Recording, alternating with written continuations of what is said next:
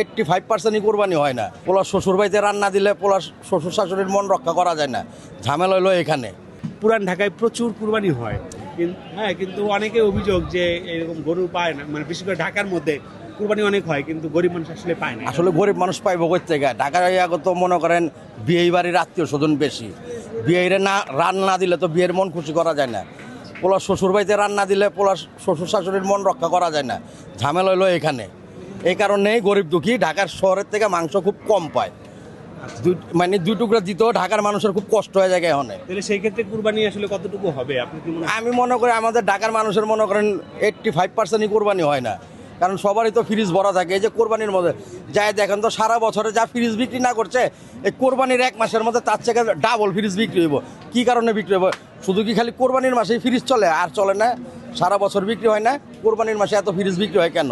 সবারই একটা চাহিদা থাকে, মাংস ফ্রিজে রাখবো, রেখা খাইবো, বাজার আর কিনতে হইব না, মাংসের দাম বেশি। এমনি নিয়ম তো হচ্ছে গরিব মানুষদের দেয়া, আত্মীয় স্বজনদের দেয়া। নিয়ম অনুযায়ী তো মনে করেন ভাই সবাই দিতে পারে না আর দেয়ও না, কারণ একটা গরুর নিয়ম হইলো আপনি 3 ভাগ করবেন। যদি ইমাম সাহেবের হিসাবে যদি আপনি 3 ভাগ করেন, 10 মণ গরু ডলে 3 ভাগে আপনার 4.5 মণ আপনার বাটে পড়তেছে। আপনার সংসারে যদি 4 জন লোক থাকে 4.5 মণ মাংস আপনি কী করবেন?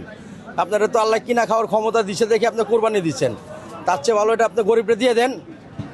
আপনার আল্লাহ কিনা খাওয়ার ক্ষমতা দিছে, আপনার আবার কিনা খায়েন, যারা কিনা খাইতে না পারতেছে তাদেরকে দেন, কিন্তু এই কাজটা তো করে না, সবাই রেখে দেয়।